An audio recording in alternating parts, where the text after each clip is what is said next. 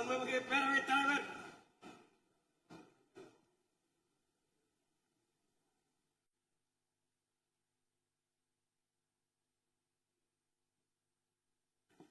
இன்சொலால் ஈத்து அளிக்க வல்லார்க்கு தன் சொலால் தான் கண்டனைத்து உலகு. இனிய சொற்களுடன் தக்கவர்க்கு பொருளை உதவி காக்கவல்ல அரசருக்கு இவ்வுலகம் தன் புகழோடு தான் கருதியபடி அமைவதாகும். இரங்கற் குறிப்புகள் அமரலாம்.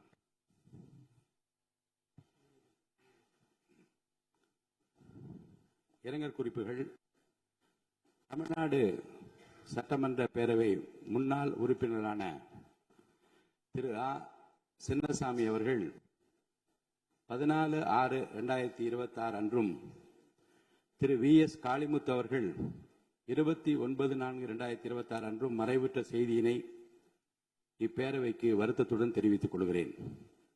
திரு ஆ. சின்னசாமி அவர்கள் 2006-2011 ஆண்டுகளில் பேரணாம்பட்டு தொகுதியிலிருந்து தமிழ்நாடு சட்டமன்ற பேரவைக்கு தேர்ந்தெடுக்கப்பட்டு பாராட்டத்தக்க வகையில் பணியாற்றினார்கள்.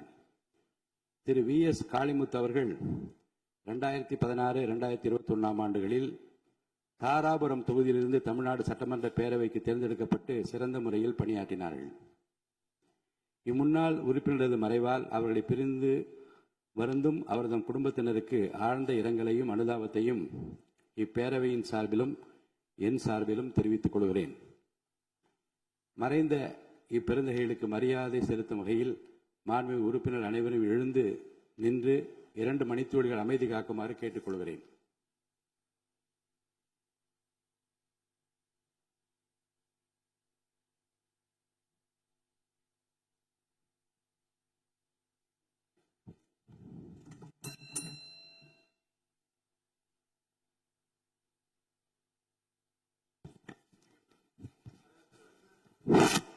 ஆளுநர் பேரவைக்கு நன்றி தெரிவிக்கும் தீர்மானம். ஆளுநர் பேரவைக்கு நன்றி தெரிவிக்கும் தீர்மானத்தின் மீது கொடுக்கப்பட்ட திருத்தங்கள் இன்று முன்மொழியப்பட்டு வழிமொழியப்பட வேண்டும். திருத்தங்களை முன்மொழிகின்ற உறுப்பினர்களுக்கு என்னுடைய அன்பான வேண்டுகோள். திருத்தங்களை முன்மொழிகின்ற உறுப்பினர்கள் நான் கொடுத்துள்ள திருத்தங்களை முன்மொழிகின்றேன் என்று சொன்னால் மட்டும் போதுமானது. கொடுத்துள்ள திருத்தங்கள் அவை நடவடிக்கை குறிப்பில் பதிவு செய்து கொள்ளப்படும். அதற்கு பிறகு முன்மொழிகின்ற உறுப்பினர்களுக்கு அருகில் அமர்ந்துள்ள உறுப்பினர் நான் அதை வழிமொழிகின்றேன் என்று சொன்னால் மட்டும் போதும். இந்த முறையை பின்பற்றும்படி நான் கேட்டுக்கொள்கிறேன். திருத்தங்கள் கொடுத்துள்ள உறுப்பினர் பெயரை நான் வரிசையாக படிக்கின்றேன். மாண்பு உறுப்பினர் திரு இரா ஜெயராமகிருஷ்ணன் அவர்கள்.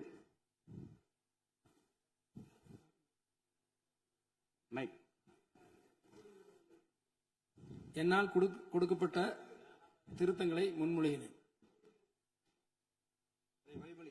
மாண்பு உறுப்பினர் திரு எம். ராஜு அவர்கள். இல்லையா? கொடுக்கப்பட்ட திருத்தங்களை நான் முன்மொழிகிறேன். பக்கத்தில் யாரும் வழிமொழிங்க. மாண்பு உறுப்பினர் திரு மு. திராவிடமணி அவர்கள். நான் கொடுக்கப்பட்ட திருத்தங்களை முன்மொழிகின்றேன். பக்கத்தில் வழிமொழிங்க ஒருத்தர். மாண்பு உறுப்பினர் திரு ச. சிவகுமார் அவர்கள். மாண்புமிகு பேரவைத் தலைவர்களே, நான் கொடுத்த திருத்தங்களை முன்மொழிகிறேன். அதை நான் வழிமொழிகின்றேன். மாண்பு உறுப்பினர் முனைவர் கோவை செழியன் அவர்கள்.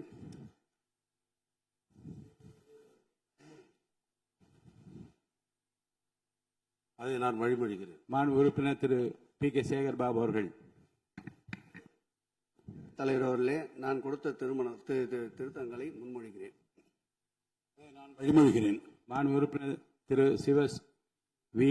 மெய்யநாதன் அவர்கள். மாண்புமிகு பேரவைத் தலைவர் அவர்களே, நான் கொடுத்த திருத்தங்களை முன்மொழிகின்றேன். அதை நான் வழிமொழிகிறேன். மாண்பு உறுப்பினர் திரு க. வைத்திலிங்கம் அவர்கள். பேரவைத் தலைவர் அவர்களுக்கு வணக்கம். நான் கொடுத்த திருத்தங்களை முன்மொழிகின்றேன்.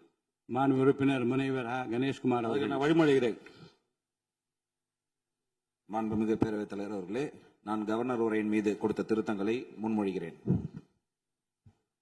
அது நான் வழிமொழிகிறேன். மாண்பு உறுப்பினர் திரு காதர் பாஷா முத்துராமலிங்கம் அவர்கள். மாண்புமிகு பேரவைத் தலைவர் அவர்களே, நான் கொடுக்கப்பட்ட தீர்மானங்களை முன்மொழிகிறேன். மாண்புமிகு உறுப்பினர் திரு அதை நான் வழிமொழிகிறேன். மாண்புமிகு உறுப்பினர் திரு தங்கம் தென்னரசு அவர்கள். பேரவைத் தலைவர் அவர்களே, நான் கொடுத்திருக்கக்கூடிய திருத்தங்களை நான் முன்மொழிகிறேன். மாண்புமிகு பேரவைத் தலைவர் அவர்களே, உறுப்பினர் அவர்கள் முன்மொழிந்ததை நான் வழிமொழிகிறேன். மாண்புமிகு உறுப்பினர் திரு மு தமிமுன் அன்சாரி அவர்கள் அப்படி இருக்கையில் இல்லை. மாண்புமிகு உறுப்பினர் திரு க கருணாநிதி அவர்கள். முன்மொழிகிறேன். நான் அதை வழிமொழிகிறேன். மாண்புமிகு உறுப்பினர் திரு கார்த்திகேயன் அவர்கள். அதை நான் முன்மொழிகிறேன். அதை நான் வழிமொழிகிறேன். மாண்புமிகு உறுப்பினர் திரு க அண்ணாதுரை அவர்கள். மாண்புமிகு பேரவைத் தலைவர் அவர்களே, திருத்தங்களை முன்மொழிகிறேன். நான் அதை வழிமொழிகிறேன். மாண்புமிகு உறுப்பினர் திரு த சாமிநாதன் அவர்கள். பேரவைத் தலைவர் அவர்களே, நான் கொடுத்த திருத்தங்களை முன்மொழிகிறேன். நான் அதை வழிமொழிகின்றேன். மாண்புமிகு உறுப்பினர் திரு சி வே கணேசன் அவர்கள். மாண்புமிகு பேரவைத் தலைவர் அவர்களே, நான் கொடுத்த திருத்தங்களை முன்மொழிகிறேன். அதை நான் வழிமொழிகின்றேன். மாண்புமிகு உறுப்பினர் திரு ஜி ஆர் வசந்தவேல் அவர்கள். அவர்களே, நான் கொடுத்த திருத்தங்களை முன்மொழிகின்றேன். அதை நான் வழிமொழிகிறேன். மாண்புமிகு உறுப்பினர் திரு அர சக்கரபாணி அவர்கள் இருக்கையில் இல்லை. மாண்புமிகு உறுப்பினர் திரு துரை சந்திரசேகரன் அவர்கள்.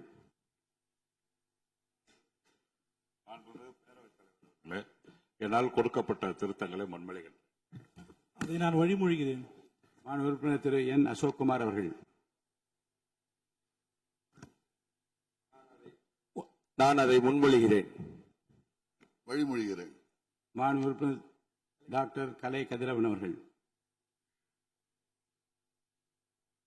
மாண்புமிகு பேரவைத் தலைவர் அவர்களே, நான் கொடுக்கப்பட்ட திருத்தங்களை முன்மொழிகிறேன்.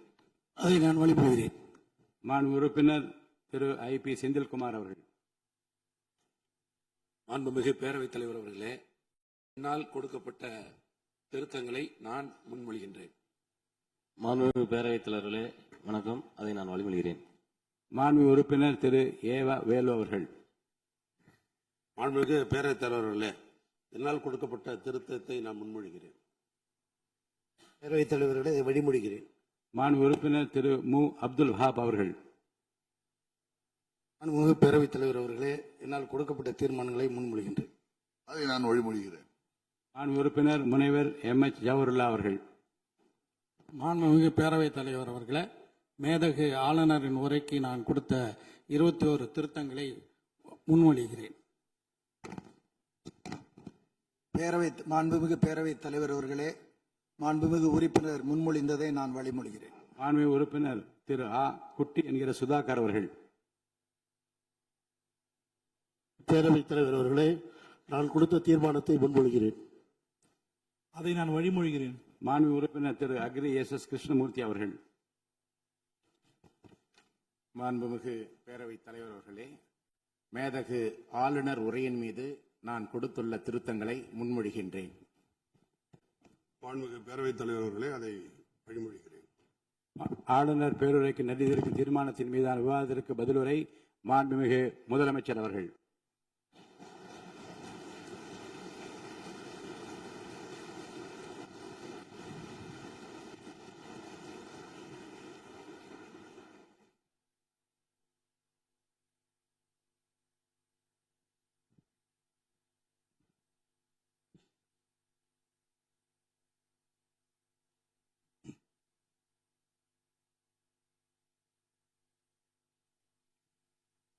மாண்புமிகு பேரவைத் தலைவர் அவர்களே,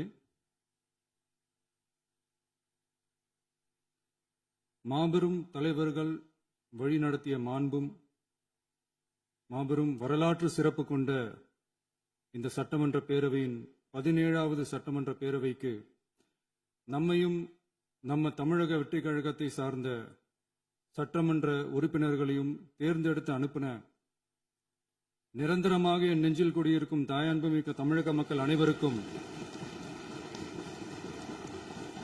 என்னுடைய மனப்பூர்வமான நன்றிகள். 17வது சட்டமன்ற கூட்டத்தொடரின் முதல் ஆளுநர் உரையின் மீதான நன்றி தெரிவிக்கும் தீர்மானத்திற்கு பதிலுரை வழங்க வாய்ப்பளித்த மாண்புமிகு பேரவைத் தலைவருக்கு நம் வணக்கத்தை தெரிவித்துக் கொள்கிறோம். மாண்புமிகு பேரவைத் தலைவர் அவர்களே, இந்த 17வது மாமன்றத்தில் அதிகப்படியான 12 கட்சிகளை சேர்ந்த பிரதிநிதிகள் தேர்ந்தெடுக்கப்பட்டிருக்கும். நாம கொள்கை ரீதியாகவும் நிலைப்பாடு ரீதியாகவும் வேறுபட்டு இருந்தாலும் மக்கள் பணி செய்வதுதான் நம்ம எல்லாருக்கும் பிரைமரியா இருக்கிற ஒரே எய்ம். அந்த வகையில தான் நம்ம எல்லாருமே நம்ம மக்களால் அங்கீகரிக்கப்பட்டு சட்டமன்றத்திற்கு வந்திருக்கிறோம். அதனால நாம கருத்தால் வேறுபட்டாலும் மக்கள் சேவை என்ற நோக்கத்தில் நம்ம மாநிலம் சார்ந்த விஷயங்கள்ல நம்ம எல்லாரும் ஒன்றிணைந்து பயணிச்சா நம்ம தமிழ்நாடு என்னைக்கும் எதிலையும் முதன்மை மாநிலமாக திகழும். ஆளுநர் உரைக்கு நன்றி தெரிவிக்கும் தீர்மானத்தில் பேசின மாண்புமிகு உறுப்பினர்களுக்கு நன்றி. எதிர்த்து பேசினாதான் எதிர்கட்சின்னு ப்ரூவ் பண்ண முடியும்னு நினைச்சுக்கிட்டு பேசின எதிர்கட்சியை சேர்ந்த எதிர்கட்சி தலைவர் உள்ளிட்ட மாண்புமிகு உறுப்பினர்களுக்கும் வணக்கமும் நன்றியும். பதிலுரை வழங்குற அதே நேரத்தில் நம்மளை சட்டமன்ற உறுப்பினராக தேர்ந்தெடுத்த பெரம்பூர் தொகுதி மக்களுக்கு நம்மளோட நெஞ்சார்ந்த நன்றிகள். அதே மாதிரி ராஜினாமா பண்ணிட்டாலும் நம்மளை தேர்ந்தெடுத்த திருச்சி கிழக்கு மக்களுக்கும் இந்த மன்றத்தில் நம்மளோட நன்றியை பதிவு செய்கிறோம். அப்புறம் நம்மளோட அரசியல் பயணத்தை பத்தியும் கொஞ்சம் பதிவு செய்ய விரும்புகிறோம். நாம ஏதோ ஷூட்டிங்ல இருந்து நேரா வந்து சிஎம் ஆன மாதிரியே சில பேர் ஒரு இமேஜ் கிரியேட் பண்றாங்க. அவங்களுக்கு அவங்க ஆசைப்படுற லாங்குவேஜ்லேயே சொல்றோம், அது வெறும் ரீல் தான், ரியல் கிடையாது. ஒரு சாதாரண நடிகனாக நம்ம கெரியர் தொடங்குச்சு. அப்புறம் அப்படியே சின்சியரா உழைச்சி மேலே வந்தோம். நம்ம கெரியர்ல நாம மேலே வந்ததுக்கு இந்த விஜய் ஒருத்தன் மட்டுமே காரணம் இல்லை, அவனோட உழைப்பு மட்டுமே காரணம் இல்லை. இந்த விஜயோட உழைப்புக்கும் உயர்வுக்கும் பின்னாடி இருக்கிற ஒட்டுமொத்த தமிழ்நாட்டு மக்களோட அன்பும் அரவணைப்பும் தான் காரணம். ஒவ்வொரு வீட்டில் இருக்க ஒவ்வொருத்தரும் நம்மள அவங்க வீட்டில் ஒருத்தனா ஏத்துக்கிட்டது தான் நமக்கு கடவுளும் மக்களும் தந்த மிகப்பெரிய வரம். அதுக்காகவே கடவுளுக்கு சமமான நம்மளோட சொந்தங்களான தமிழக மக்கள் அனைவருக்கும் மீண்டும் மீண்டும் நன்றி. இப்படி நம்மள தாயன்போடு அள்ளி அரவணைச்ச தமிழ்நாட்டு மக்களுக்கு நாம எப்படியெல்லாம் துணையாக இருந்தோம், எப்படியெல்லாம் மக்களோட மக்களா இருந்தோம்னு சொல்றேன். 1990ஸ்லயே ரசிகர் மன்றமா இருந்தப்பவே மக்களுக்கு துணையா நிற்க ஆரம்பிச்சோம். அதுக்கப்புறம் நற்படி மன்றமாகவும் அதுக்கப்புறம் விஜய் மக்கள் இயக்கமாகவும் மாறி மக்களோட மக்களா நின்றுகிட்டு இருந்தோம். 2008 ஈழத் தமிழருக்கு ஆதரவா உண்ணாவிரதம் போராட்டம் செஞ்சோம்.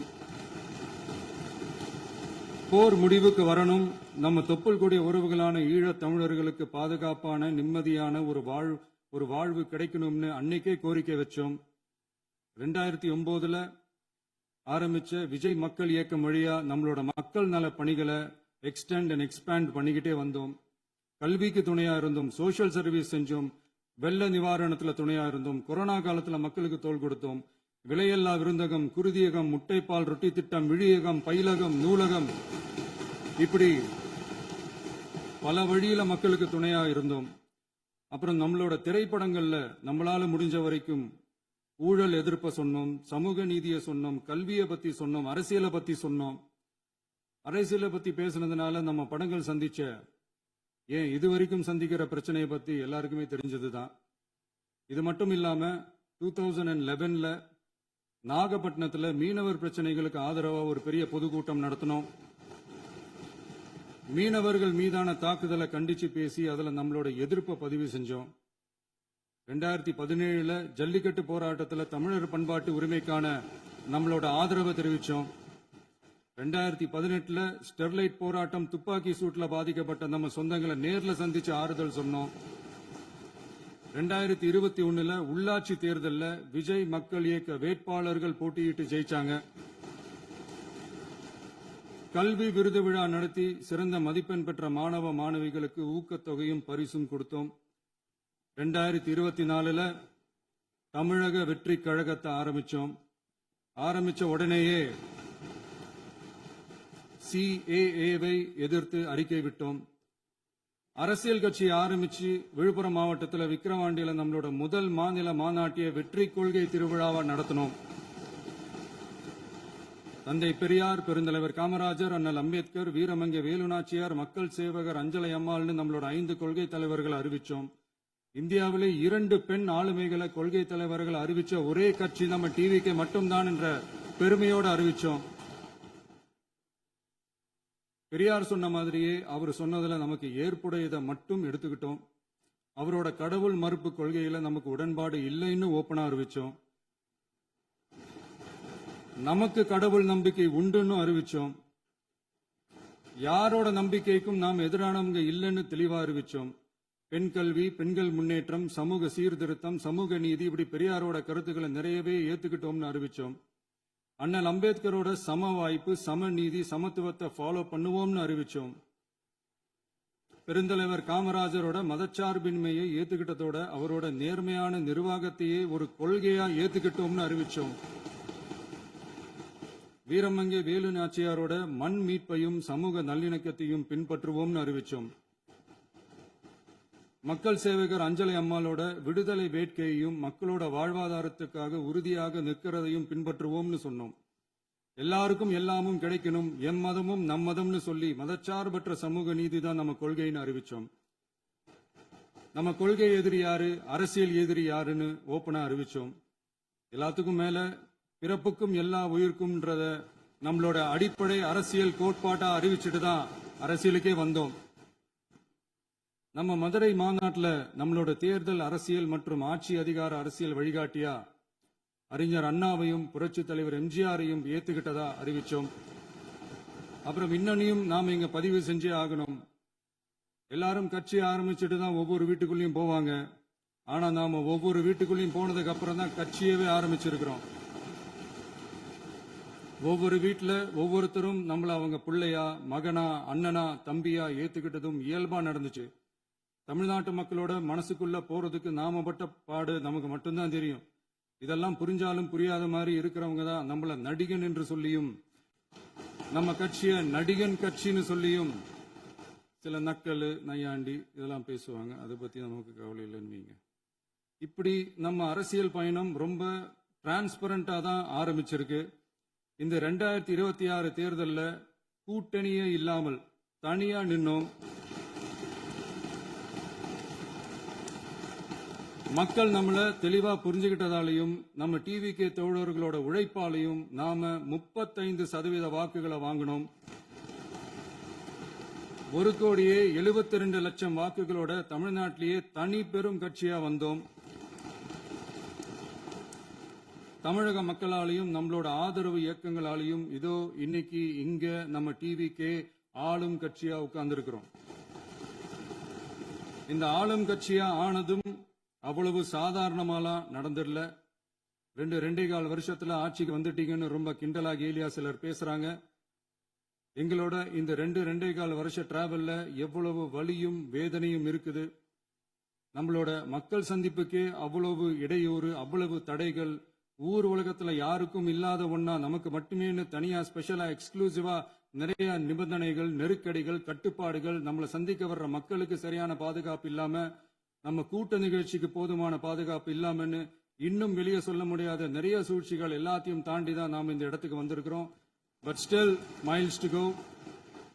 நம்ம டிராவல்ல எல்லாத்துக்கும் உச்சமா நம்மளோட சொந்தங்கள், நம்மளோட உறவுகள், 41 பேர் கரூர் சம்பவத்தில் இழந்த வேதனை எல்லாம் எப்படி சொல்றதுனே தெரியல. நம்ம மனசை விட்டு என்னைக்கும் அந்த வலியும் வேதனையும் நீங்கவே நீங்காது.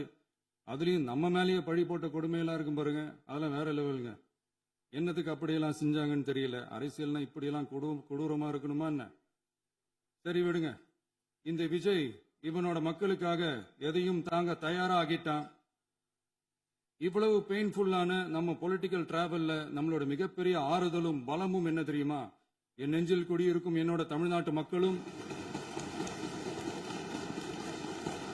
என் உயிருக்கு உயிரான என்னோட தோழர்களும் தான். அவங்களோட பலத்தால தான். அன்னைக்கு 1967 முன்னாள் முதல்வர் மாண்புமிகு அறிஞர் அண்ணா அவர்கள் தலைமையில் அமைஞ்ச சாமானியர்களோட ஆட்சி மாதிரி, 1977 முன்னாள் முதல்வர் மாண்புமிகு புரட்சி தலைவர் எம்ஜிஆர் அவர்கள் தலைமையில் அமைஞ்ச மிக சாமானியர்களோட ஆட்சி மாதிரி, இதோ இன்னைக்கு அதே வரிசையில 2026 சட்டமன்ற தேர்தலில் இந்த விஜயோட தோழர்கள் இடம்பெற்ற ஒரு மிக மிக சாமானியர்களின் ஆட்சி அமைஞ்சிருக்கு. வாகை சூடும் வரலாறு திரும்பி இருக்கிறது. இப்படி ஒரு தீர்ப்பை மக்கள் அளிச்சதுனாலதான் தமிழக வரலாற்றில் ஒரு மகத்தான கூட்டணி ஆட்சியை நாம் அமைச்சிருக்கிறோம். இளைஞர்களால என்ன செய்ய முடியும், பெண்களால என்ன செய்ய முடியும்னு கேட்டவங்களுக்கான பதில் தான் இன்னைக்கு அமைஞ்சிருக்கிற நம்ம ஆட்சி. ஒரே ஒரு குடும்பம் மட்டும் முக்கியம்னு சொல்றது நம்மளோட ஆட்சி அதிகார அரசியல் இல்ல. தமிழ்நாட்டில் இருக்கிற ஒவ்வொரு குடும்பமும் முக்கியம்னு சொல்றது தான் நம்ம அரசியல். நம்மளோட ஆட்சி அதிகாரம் அதான் நம்மளோட மனசாட்சி உள்ள மக்கள் ஆட்சி.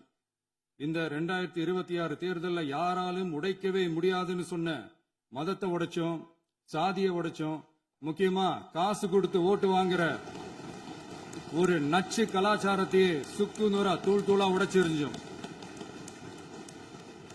நாம கிளீன் கவர்னன்ஸ் அண்ட் குட் கவர்னன்ஸ்ல உறுதியா இருக்கிறோம். இப்ப மட்டும் இல்ல, எப்பவுமே இப்படிதான் இருப்போம். இதுல 100% இது உண்மைன்றதுனாலதான் பாரம்பரியமான தினத்தந்தி பத்திரிகை ஊழலின் ஊற்றுக்கண் அடைக்கப்படுகிறதுன்னு 16/6/2026 அன்னைக்கு ஒரு தலையங்கமே எழுதியிருக்கு.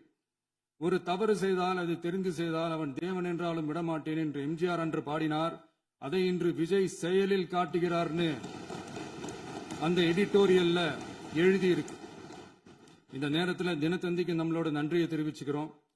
அரசியலுக்கு வந்து 2 வருஷம் தான் ஆகுது. உங்களுக்கு என்ன தெரியும், உங்களால என்ன முடியும்னு கேலியா கேட்டவங்களுக்கு தினத்தந்தியோட பதிலை இப்போதைக்கு போதும்னு நினைக்கிறேன். என்னென்னமோ செய்வான்னு சொல்றானே இந்த விஜய், பல வருஷமா இருக்கிற ஒரு பதவி வெறி பிடிச்ச அரசியலை உடைச்சு எப்படி செய்வான்னு நம்ம மக்களை யோசிச்சிருவாங்க. இதோ இப்போ நம்ம மக்களுக்கு புரிஞ்சிருக்கும். இப்பவும் சொல்றோம், இது வெறும் ஆரம்பம் தாங்க. இந்த மாபெரும் சபையிலிருந்து கேட்கிற மக்களே, நமக்கு கொஞ்சம் அவகாசம் கொடுங்க. இதுக்கு முன்னாடி, அதாவது 2017 கடைசியில இருந்து 2026 ஏப்ரல் வரைக்கும் இருந்த புண்ணியவான்கள் ஆட்சியில ஒவ்வொரு டிபார்ட்மெண்ட்லயும் போட்ட ஏராளமான ஓட்டைகளை அடைச்சிக்கிட்டே படிப்படியா மக்களுக்கு நல்லதையும் செஞ்சுக்கிட்டே வருவோம். அதனாலதான் நமக்கு எதிரா யார் யாரோ சேரவே மாட்டாங்கன்னு நினைச்சவங்க எல்லாம் ஒன்னா சேர்றாங்க. நம்ம ஆட்சிக்கு டேட்டு குறிக்கிறாங்க.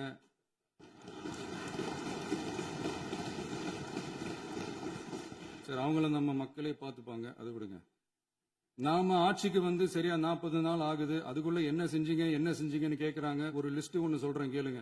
பெண்கள் பாதுகாப்புக்காக சிங்கப்பெண் சிறப்பு படை, 200 யூனிட் வரை கட்டணமில்லா மின்சாரம், போதைப் பொருள் ஒழிப்புக்காக தனிப்படை, குறுவை நெல் சாகுபடியை ஊக்குவிப்பதற்காக 134.83 கோடி சிறப்பு தொகுப்பு திட்டம், வழிபாட்டு தலம், ஸ்கூல், பஸ் ஸ்டாண்டுன்னு அதுக்கு பக்கத்துல இருக்கிற 717 மதுபான கடைகள் மூடப்பட்டன. அங்க வேலையில் இருந்தவர்களுக்கு வேறு கடைகளில் வேலை, கவனிக்கப்படாமல் விடப்பட்ட அம்மா உணவகங்கள் புதுப்பிக்கப்பட்டன. பத்திரப்பதிவு துறையில் பகல் கொள்ளைக்கு புல் ஸ்டாப் வைக்கப்பட்டுள்ளது. வருகையில்லா ஆவண பதிவு முறை கொண்டுவர உத்தேசிக்கப்பட்டு செயல்பாட்டில் உள்ளது.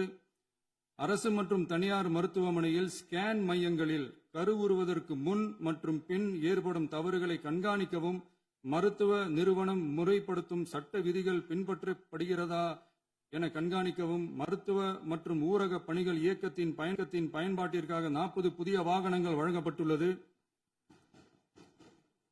கூட்டுறவு வங்கியின் ஏழை எளிய மக்கள் வாங்கிய கடனுக்கு முதல் முத்தாய்ப்பாக ரூபாய் 2045 கோடி தள்ளுபடி வழங்கி ஆணையிடப்பட்டுள்ளது.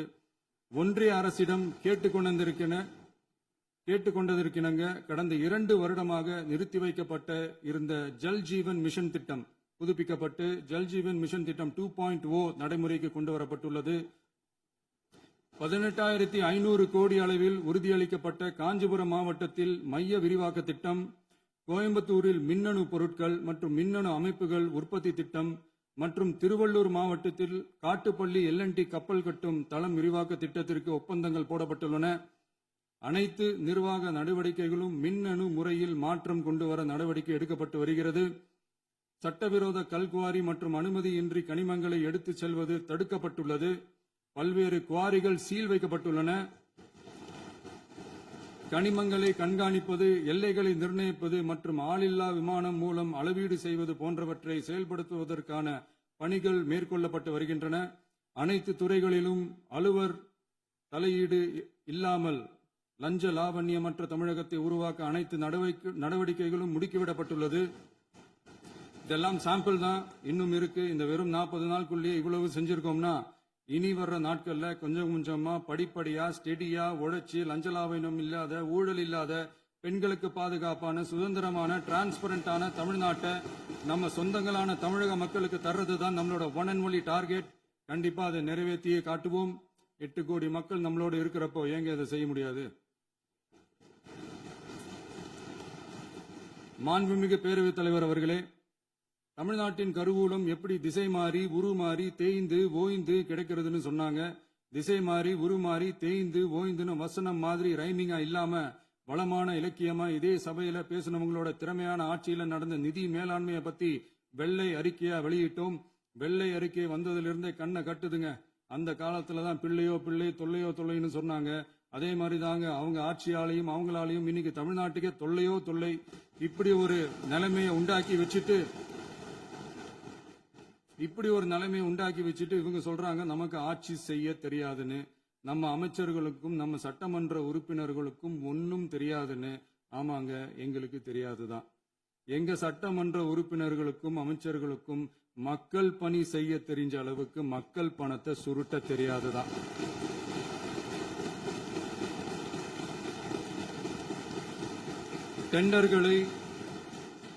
டெண்டர்களை முறைப்படுத்த தெரிஞ்ச அளவுக்கு அதோட ரேட்டை உயர்த்தி ஊழல் செய்ய தெரியாதுதான். பதவி உயர்வு வழங்கவும் பணி இடமாற்றம் கலந்தாய்வு நடத்தவும் தெரியுமே தவிர பதவி உயர்வுக்கும் பணியிட மாற்றத்திற்கும் பணம் பறிக்க தெரியாதுதான். புதிய பணியிடங்கள் உருவாக்க தெரியுமே தவிர அந்த பணியிடங்களை பணத்துக்கு விற்க தெரியாதுதான். கோயில்கள்ல நடக்கிற நிர்வாக சீர்கேட்டை தடுக்க நீங்க பேசுங்க, நீங்க கண்டிப்பா பண்ணுங்க. கோயில்கள்ல நடக்கிற நிர்வாக சீர்கேட்டை தடுக்க தெரியுமே தவிர கோயில் பணத்தை கொள்ளையடிக்க தெரியாதுதான். தங்கத்தை உருக்கி தாரை வார்க்க தெரியாதுதான். கனிம வளத்தை பாதுகாக்க தெரிஞ்ச அளவுக்கு கனிமத்தை வித்து கொள்ளையடிக்க தெரியாதுதான். அரசு வருமானத்தை அரசு கஜானாவுக்கு மாத்த தெரிஞ்ச அளவுக்கு அந்த பணத்தை தனிப்பட்ட கஜானாவுக்கு மடை மாத்த தெரியாதுதான். போதை கலாச்சாரத்தை தடுக்க தெரிஞ்சவங்களுக்கு போதை கலாச்சாரத்தை வளர்க்க தெரியாதுதான்.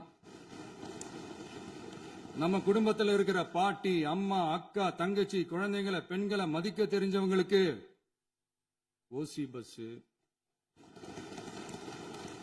1000 ரூபாய் கேஸ், இப்படிலாம் பேச தெரியாதுதான். எங்க உறுப்பினர்களுக்கும் அமைச்சர்களுக்கும் மக்கள் சேவை தெரிந்த அளவிற்கு சுயநல தேவையை செஞ்சிக்க தெரியாதுதான். அதனாலதான் சொல்றோம், எங்களை பார்த்து எதுவும் தெரியாதுன்னு சொல்றவங்களுக்கு சொல்றோம், இதெல்லாம் எங்களுக்கு தெரியாதுதான். உங்களை மாதிரி முறைகேடுகளை செய்யறத நாங்க தெரிஞ்சுக்கவும் போறதில்ல, தெரிஞ்சுக்கவும் ஆசைப்படல. அத கடைசி வரைக்கும் எங்களுக்கு தெரியாமலே இருந்துட்டு போகட்டும். அதனால நாங்களும் எங்க மக்களும் வெரி வெரி ஹாப்பி தான். மாண்புமிகு பேரவைத் தலைவர் அவர்களே, எதிர்ப்பவர்கள் எதிர்க்கட்சி என்பதற்காக எங்கள் ஆட்சி மீது 1000 பழி போடலாம். ஆனாலும் தமிழக மக்களுக்கு உண்மையை உணர்த்த வேண்டியது நம்மளோட கடமை. மின்வெட்டை பொறுத்தவரை தமிழ்நாடு மின்மிகை மாநிலமாக இருந்தாலும் கடந்த காலங்களில் ஏற்பட்ட நிர்வாக குளறுபடிகளும் மின்சார சாதனங்கள் மற்றும் மின் மாற்றிகளில் ஏற்படும் பழுதாலும் வேண்டுமென்றே சிலரின் நடவடிக்கைகளாலும் இந்த மின்வெட்டிற்கு காரணமாக உள்ளது. மின் விநியோக மீட்பு நடவடிக்கைகளை ஒருங்கிணைப்பதற்காக எதிர்பாராமல் இரவு நேரங்களில் ஏற்படும் மின் தடங்களை விரைந்து சரி செய்வதில் 10 உயர்மட்ட கண்காணிப்பு குழுக்கள் மற்றும் 125 சிறப்பு மின் தடை நீக்க ரோந்து வாகனங்கள் வழங்கப்பட்டு 24 மணி நேரமும் கண்காணிக்கப்படுகிறது. கூடுதலாக தற்போது 77 புதிய மின் தடை நீக்க மையங்களும் உருவாக்கப்பட்டுள்ளன. விரைவில் இந்த மின்வெட்டு நிலைமை அறவே நீக்கப்படும். மாண்புமிகு பேரவைத் தலைவர் அவர்களே, நம்ம விவசாயிகள் எல்லாரும் நம்மளை நல்லா புரிஞ்சுக்கிட்டு தமிழக வெற்றி கழகத்தை ஏத்துக்கிட்டாலும் எதிர்கட்சிகளோட தூண்டுதலால சில இடங்கள்ல சில போராட்டங்கள் நடக்குது. எதிர்கட்சிகள் என்னதான் சித்து வேலை செஞ்சாலும் விவசாய பெருமக்கள் எல்லாரும் நம்ம ஆட்சி அவங்களுக்கான ஆட்சி தான் நல்லா புரிஞ்சுதான் வச்சிருக்கிறாங்க.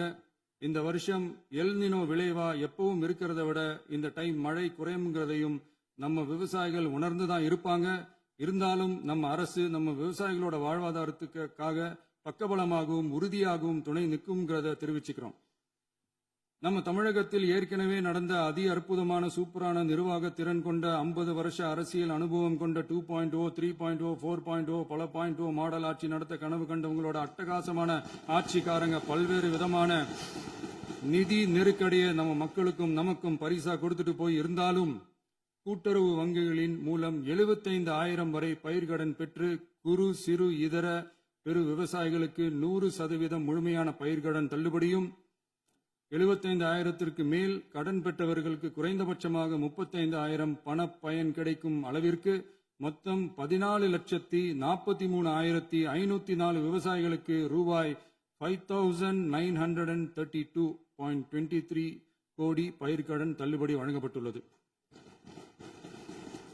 மாண்புமிகு பேரவைத் தலைவர் அவர்களே, நாம ஒன்றியத்தில் கூட்டுறவு கூட்டாட்சி, மாநிலத்தில் சுயாட்சி என்ற கொள்கையை கொண்டவங்க தான் ஏற்கனவே அறிவிச்சிருக்கிறோம்.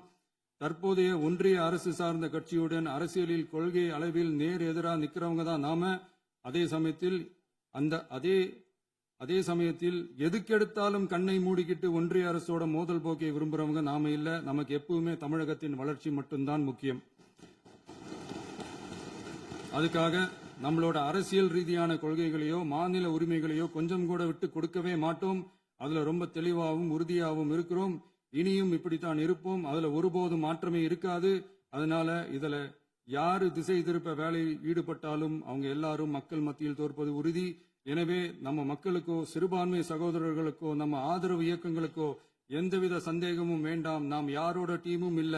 நாம எப்பவுமே பியூரான பீப்புள்ஸ் டீம். இன்னும் சொல்ல போனா நாம secular team, social justice team. மாண்புமிகு பேரவைத் தலைவர் அவர்களே, அரசு விழாக்கள், கல்வி நிறுவனங்கள் மற்றும் பல அதிகாரப்பூர்வ நிகழ்ச்சிகளோட தொடக்கத்தில் நம்ம தமிழ்தாய் வாழ்த்த பாடுறது தான் வழக்கமா இருக்கு. தமிழ்தாய் வாழ்த்த பொறுத்த வரைக்கும் நம் அரசு இதுல நம்மளோட உறுதியான நிலைப்பாட்டை ஒன்றிய அரசுக்கு மிக தெளிவா தெரிவிச்சிருக்கு. அது இல்லாம இதில் மாநில அரசின் கொள்கைக்கு ஏற்ப ஒன்றிய அரசின் அறிவிக்கையில் திருத்தம் மேற்கொள்ள கோரிக்கையும் விடுக்கப்பட்டுள்ளது. நீட் தேர்வை பொறுத்தவரை கிராமப்புற மற்றும் பொருளாதார ரீதியாக பின்தங்கிய மாணவர்களுக்கு சமமான வாய்ப்பை வழங்குவதில்லை. மருத்துவ கல்வியில் சமூக நீதி மற்றும் சம வாய்ப்பை நீட் பாதிக்கிறது என்பதை உணர்கிறோம். எனவே மருத்துவ படிப்புகளுக்கான சேர்க்கையை 12ஆம் வகுப்பு மதிப்பெண்களின் அடிப்படையில் நடத்த வேண்டும் என்று நமது அரசு வலியுறுத்தி வருகிறது. மத்திய அரசிடம் நீட்டிலிருந்து தமிழ்நாட்டிற்கு விலக்கு வழங்க வேண்டும் என்று கோரிக்கை விடுத்துள்ளது. மாண்புமிகு பேரவைத் தலைவர் அவர்களே, பேரறிஞர் அண்ணா அவர்கள் தலைமையிலான அரசு 1968 இருமொழி கொள்கையை நடைமுறைப்படுத்தியது. தமிழ் ஆட்சி மொழி, தமிழ் மொழியை பாதுகாப்பது, மாணவர்களுக்கு ஆங்கிலத்தின் மூலம் உலக அளவிலான வாய்ப்புகளை வழங்குவது, எந்த ஒரு மொழியையும் கட்டாயமாக திணிப்பதை தவிர்ப்பது மற்றும் எதிர்ப்பது, நிலத்தின் மொழி மற்றும் பண்பாட்டு அடையாளத்தை பேணுவது என்பதை நம் தமிழக வெற்றிக் கழக ஆட்சி ஏற்றுக்கொண்டுள்ளது. எனவே தமிழ்நாட்டில் தமிழ் ஆட்சி மொழி மற்றும் இருமொழி கொள்கை என்பதில் நமக்கு மாற்று கருத்தே இல்லை. மாண்புமிகு பேரவைத் தலைவர் அவர்களே, கடந்த 11/6/2026 அன்று நடந்த நிதி ஆயோக் கூட்டத்தில் தமிழ்நாடு அரசின் சார்பாக கலந்து கொண்டு வறுமையற்ற தமிழ்நாடு இயக்கம் உருவாக்க தேவையான நிதியையும், தமிழ்நாட்டுக்கு 2 எய்ம்ஸ் மருத்துவமனைகளை தருமாறும், மருத்துவம் மற்றும் பல் மருத்துவ படிப்பிற்கு 12ஆம் வகுப்பு மதிப்பெண் அடிப்படையில் இடங்களை நிரப்புதல் குறித்தும், செயற்கை நுண்ணறிவு தொடக்க நிறுவன வளர்ப்பு மையங்கள் தமிழ்நாட்டில் அமைக்கவும், இளைஞர் திறன் மற்றும் வேலைவாய்ப்பு இயக்கம் செயல்படுத்த வேண்டியும், பெண்கள் தலைமையிலான வளர்ச்சி குறித்தும், மீனவ சமுதாயங்களின் வாழ்வாதாரம் மற்றும் மீன்பிடி படகுகள் மற்றும் மீனவர்களை விடுவித்தல் குறித்து நிரந்தர நடவடிக்கை எடுக்க வேண்டியும், காலநிலை தாங்கும் தன்மை பெருந்திட்டம் 2045 கீழ் விண்வெளி உற்பத்தி மையத்தை தேசிய விண்வெளி உற்பத்தி மையமாக அறிவிக்க கோரியும், தமிழ்நாட்டில் சாலை போக்குவரத்து, நெடுஞ்சாலை மற்றும் ரயில்வே அமைச்சகத்தின் மேம்பாட்டு குறித்தும், அனைத்து கிராமங்களையும் டிஜிட்டல் இணைப்பு வசதி ஏற்படுத்துதல் குறித்தும், கூட்டு குடிநீர் திட்டம் தொடரவும், அரசின் விழாக்களில் தமிழ்தாய் வாழ்த்துக்கான முதலிடத்திற்கான கோரிக்கையும், மேகதாது அணை கட்டுமான நிறுத்தத்தை உறுதிப்படுத்தவும், மாநிலத்தின் மீது மும்மொழி கொள்கையை வற்புறுத்தாமல் புதிய கல்விக் கொள்கையை திணிக்காமல் தமிழகத்திற்கான கல்வித் தொகை ரூபாய் 3,284 கோடியை விடுவிக்க கோரியும், ஆண்டுதோறும் 5 லட்சம் இளைஞர்களுக்கு உதவித் தொகையுடன் கூடிய பணியினை தொழில்நுட்ப பயிற்சி வழங்க ஒத்துழைப்பு வழங்குமாறும், ஒகேனக்கல் 3ஆம் கட்ட கூட்டு குடிநீர் திட்டத்திற்கான நிதி ரூபாய் 2283.40 விடுவிக்கவும், வேலை வாய்ப்பு மற்றும் வாழ்வாதாரத்துக்கான உத்தரவாத திட்டத்தின் கீழ் வேலை வாய்ப்புகளை உருவாக்க உடனடி நடவடிக்கை மேற்கொள்ள வேண்டியும் மற்றும் திருக்குறளை தேசிய இலக்கியமாக அறிவிக்குமாறும் தமிழ்நாடு சார்பில் பேசியுள்ளோம் என்பதை தெரிவித்துக் கொள்கிறோம். மாண்புமிகு பேரவைத் தலைவர் அவர்களே, அண்டை மாநிலங்களுடனான நட்புறவு ஒரு மாநிலத்தின் வளர்ச்சிக்கும் நாட்டின் ஒற்றுமைக்கும் மிகவும் அவசியமானது. தமிழ்நாடு தனது அண்டை மாநிலங்களுடன் நதி நீர் பங்கீடு, பொருளாதாரம், கல்வி, கலாச்சாரம் மற்றும் போக்குவரத்து துறைகளில் நல்லுறவை பேணி வருகிறது. பரஸ்பர மரியாதை, ஒத்துழைப்பு மற்றும் கூட்டாட்சி தத்துவத்தின் அடிப்படையில் அண்டை மாநிலங்களுடனான நட்புறவை வலுப்படுத்தவும் நமது ஆட்சியில் காக்கப்படுகிறது. மாண்புமிகு பேரவைத் தலைவர் அவர்களே, சட்டம் ஒழுங்கை பத்தி பேச்சு வந்தது. சட்டம் ஒழுங்கு சரியா இருக்கணும் அப்படின்றதுல எங்களுக்கு மாற்று கருத்தே கிடையாது. கண்டிப்பா லா அண்ட் ஆர்டர் கரெக்டா இருக்கணும், கரெக்டா இருக்கும், இருக்க வைப்போம். அதே மாதிரி பெண்கள் பாதிக்கப்படுறதையும் இங்க யாராலையும் சகிச்சுக்கவே முடியாது. அதுக்கான கடுமையான நடவடிக்கைகள் நம்ம அரசு எடுத்துக்கிட்டு இருக்கிறோம். இந்த சிங்கப்பெண் சிறப்பு அதிரடிப்படை கூட அதுக்கான ஒரு ஃபர்ஸ்ட் ஸ்டெப் தான்.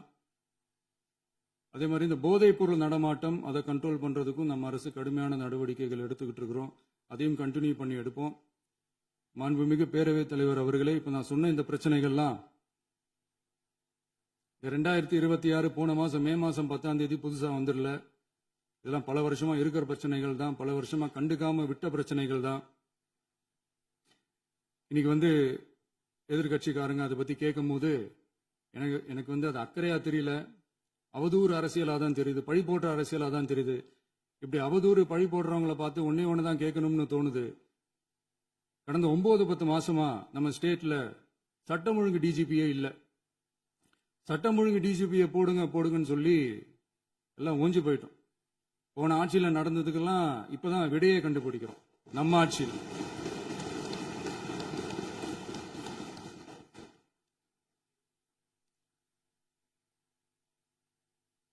இந்த போதைப் பொருள் நடமாட்டம் எல்லாம் தாறுமாறா அப்படியே பரவி கொட்டி கிடக்குது. இதெல்லாம் இனிஷியல் ஸ்டேஜ்லயே யார் கண்ட்ரோல் பண்ணியிருக்கணும்? போலீஸ் டிபார்ட்மெண்ட் அப்போ யார் கையில இருந்தது? இத்தனை கேள்வி நம்மளை பார்த்து கேட்கறாங்களே, ஒரே ஒரு கேள்வி தான் நான் கேட்கணும்னு தோணுது. போலீஸ் டிபார்ட்மெண்ட்டை கையில வச்சுக்கிட்டு பிகினிங்லயே இனிஷியல் ஸ்டேஜ்லயே இந்த போதைப் பொருள் நடமாட்டத்தை ஏன் கண்ட்ரோல் பண்ணல? மனசாட்சி உள்ளவங்க இந்த பிரச்சனையெல்லாம் ஏன் நடக்குதுன்றது அவங்களுக்கே நல்லா தெரியும். இன்னைக்கு சட்டம் ஒழுங்கை பத்தி கேள்வி கேட்க கூடாதா அப்படின்னா தாராளமா கேட்கலாம். இது ஜனநாயக அரசு, மன்னராட்சி எல்லாம் கிடையாது, மனசாட்சி உள்ள மக்களாட்சி. அதனால கேள்வி கேட்கலாம், எல்லாருக்கும் எல்லா உரிமையும் உண்டு. விமர்சனம் செய்யலாம், எல்லாருக்கும் எல்லா உரிமையும் உண்டு. ஆனா நம்ம ஆட்சியில் என்ன நடவடிக்கைகள் எடுத்திருக்கோன்றது தெரிஞ்சுக்கிட்டு அதுக்கேற்ற மாதிரி ஒரு நடுநிலையா பேசுனீங்கன்னா கொஞ்சம் நல்லா இருக்கும். சட்டம் ஒழுங்கை பத்தி யாருக்கு என்ன யோசனை இருந்தாலும், மக்கள் நலனுக்காக யாருக்கு என்ன யோசனை இருந்தாலும் அதை தாராளமாக சொல்லலாம். நம்ம அரசு அது காது கொடுத்து கேட்கும். ஆனா நம்ம அரசினுடைய நிர்வாகத்திறன் அதை பத்தி பேசுறவங்களுக்கு இந்த ஊரடிச்சு உலையில போட்டு ஊழல் மேல ஊழலா செஞ்சுக்கிட்டு அதுல இருந்து தப்பிக்கிறதுக்கு பேர் தான் நிர்வாகத்திறன் அப்படின்னு சொன்னா, அப்படிப்பட்ட ஒரு ஊழல் செய்யற நிர்வாகத்திறனை நம்ம அரசு ஒரு நாளும் செய்யாது. பொட்டி பெட்டியா பணத்தை வச்சுக்கிட்டு, பெட்டியை வச்சு எல்லாம் செஞ்சுக்கிட்டு, போதைப் பொருள் பாதுகாவல் கழக மாடல் அரசாங்கம் செஞ்ச ஒவ்வொரு ஊழலா வெளியில வந்துகிட்டு இருக்கு. டாஸ்மாக்ல அது என்னப்பா அது பேரு, பார்ட்டி ஃபண்ட், கட்சி நிதி அப்படின்ற பேர்ல அடிச்ச கொள்ளையெல்லாம் ஒண்ணா இப்போ கவர்மெண்டோட கஜானாவுக்குள்ள கொண்டு சேர்த்துக்கிட்டே இருக்கிறோம்.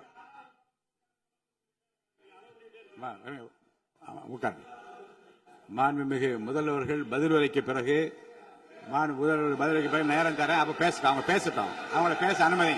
உட்காருங்க.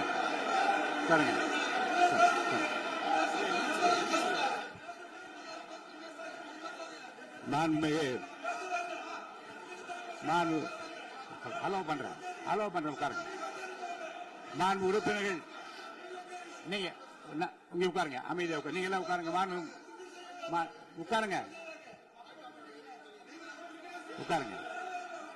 மாண்புமிகு நீங்க எல்லாரும் உட்காருங்க. அமைதியா உட்காருங்க. இருங்க உட்காருங்க. அப்புறம் நீங்க என்ன உட்காருங்க. நான் கொடுக்க உட்காருங்க. நான் பாயிண்ட் ஆஃப் வர கொடுங்க. நான் கொடுக்குறேன். உட்காருங்க உட்காருங்க உட்காருங்க உட்காருங்க உட்காருங்க உட்காருங்க உட்காருங்க உட்காருங்க உட்காருங்க உட்காருங்க உட்காருங்க. மாண்புமிகு முதல்வர் அவர்கள் கோர்வையாக நிதானமாக சொல்லிக்கொண்டே இருக்கிறார். நீங்க குறிப்பெடுத்து வைத்துக் கொள்ளுங்கள். பேசி முடித்தவுடன் நான் உங்களுக்கு அவகாசம் தருகிறேன். நீங்க ஒன்னு ஒன்னா சொல்லுங்க, என்ன என்று நீங்க சொல்லுங்க. உங்க சொல்லுகிற வாய்ப்பை நான் உங்களுக்கு தருகிறேன். இப்போது மாண்புமிகு முதலமைச்சர் உங்கள் உரையை தொடரலாம்.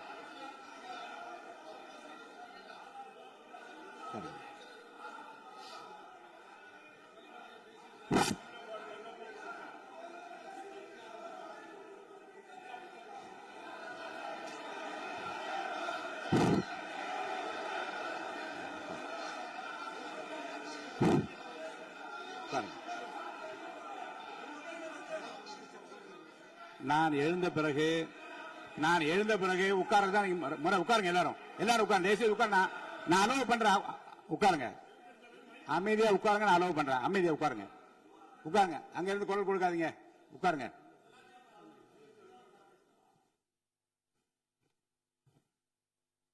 இனிமையான இந்த விவாதத்தில்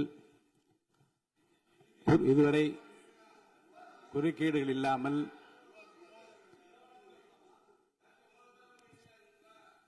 கொஞ்சம் அமைதியா இருங்க. மாண்புமிகு முதல்வர்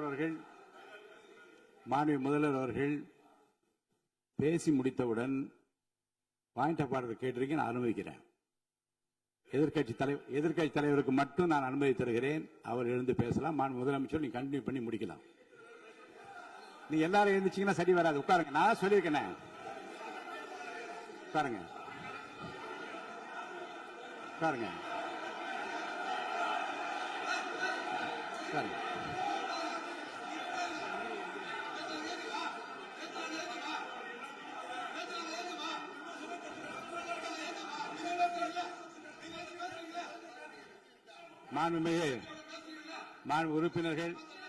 உறுப்பினர் அமைதி காக்க வேண்டும். நேற்று எதிர்க்கட்சி தலைவர் பேசுகிற போதும் அவர் பேசுகிற எல்லாவற்றுக்கும் நான் அனுமதி அளித்தேன். அதுல பாயிண்ட் ஆஃப் கேளுங்க. அந்த விவாதத்தில் கேளுங்க. இப்போதும் மாண்புமிகு முதலமைச்சர் அவர்கள் பேசி முடித்த பிறகு நான் உங்களுக்கு அதுக்குரிய அவகாசத்தை தருகிறேன். நீங்க கேள்வி கேளுங்க. கேட்கிற உரிமையும் விளக்கத்தை பெற்றுக்கொள்ள உரிமை உங்களுக்கு இருக்கிறது. அதற்கு அவகாசம் நான் தருகிறேன்.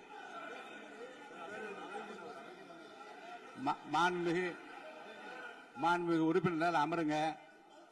நான் என் தீர்ப்பை சொல்லுகிறேன். மாண்புமிகு முதலமைச்சர் அவர்கள் பேசி முடித்தவுடன் எதிர்க்கட்சி தலைவருக்கு அந்த வாய்ப்பை நான் தருகிறேன். நிச்சயமா அந்த கேள்வி கேட்கலாம். உட்காருங்க எல்லாரும். பேரவை முன்னவர் பேசுங்க. மாண்புமிகு பேரவைத் தலைவர் அவர்களே, இன்று இவர்கள் முயற்சி செய்வது அவர் ஆளுங்கட்சியாக இருக்கின்ற போது இருங்க, நான் சொல்லிடுறேன் பிளீஸ். ஒரே நிமிஷம் நான் சொல்லிடுறேன் பிளீஸ். ஆளும் கட்சியாக இருக்கின்ற போது நீங்கள் சொன்ன ஒரே வார்த்தை, நாங்கள் பேசி முடித்ததற்கு பிறகு குறிப்பிடுத்துவிட்டு நீங்கள் எந்த கேள்வி வேண்டுமானாலும் கேட்கலாம் என்று ஒரு முறையை நீங்கள் பின்பற்றினீர்கள். அதே முறையை இப்போது பின்பற்ற வேண்டும் என்று கேட்டுக்கொள்கிறேன். பள்ளிக்கல்வித்துறை அமைச்சர். மாண்புமிகு பேரவைத் தலைவர் அவர்களே, நேற்றைய தினம் கூட எதிர்க்கட்சி தலைவர் சொன்னதை முழுமையாக கேட்டு இறுதியில் ஒரு வாய்ப்பு தந்தீங்க. அதுவும் இல்லாம இந்த நேரத்தில் நேரலையில் நீங்களும் பாக்குறீங்க. அங்கிருந்து உரிமையில் விழித்து இந்த பக்கம் இருக்க உறுப்பினர்களை பார்த்து அப்படின்னு உரிமையில் விழிப்பதை உங்கள் மூலமாக கண்டிக்கிறேன். அந்த வார்த்தையை அவை குறிப்பிலிருந்து நீக்கணும்.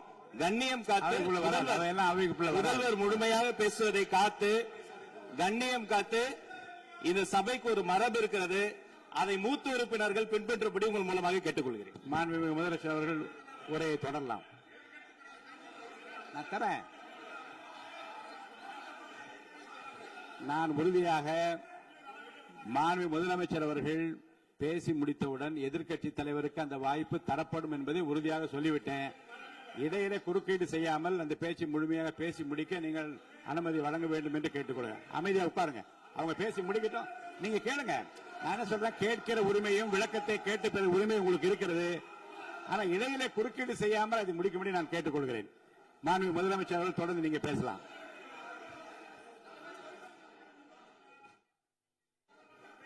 எதிர்க்கட்சி தலைவர் அவர்கள் உங்கள் கட்சியினுடைய உறுப்பினரை அமைதிப்படுத்த வேண்டும் என்று நான் கேட்டுக்கொள்கிறேன். உங்களுக்கு வாய்ப்பு தரவில்லை என்றால் அவர் ஏன் நிற்பதில் நியாயம் இருக்கிறது. வாய்ப்பு தரப்போகிறேன்.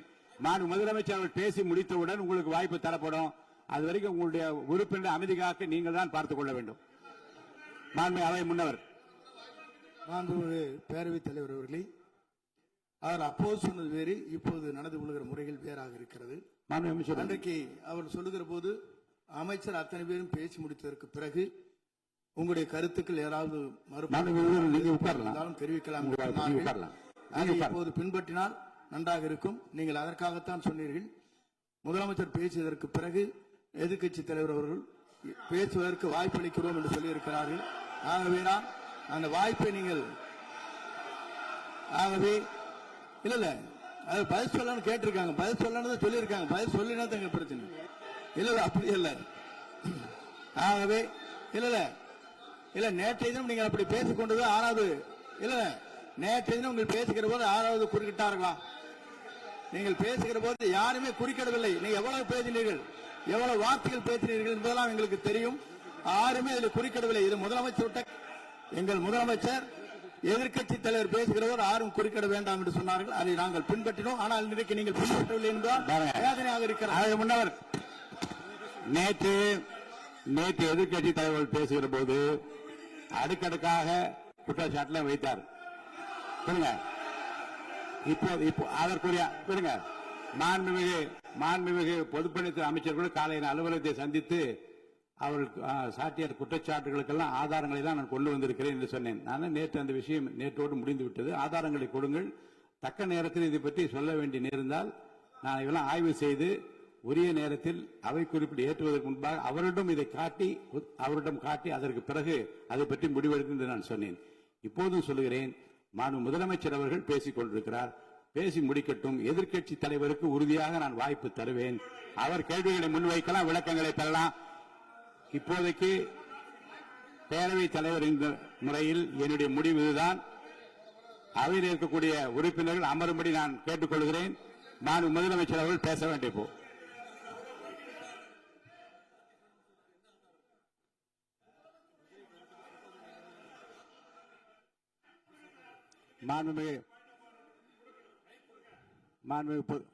இருங்க.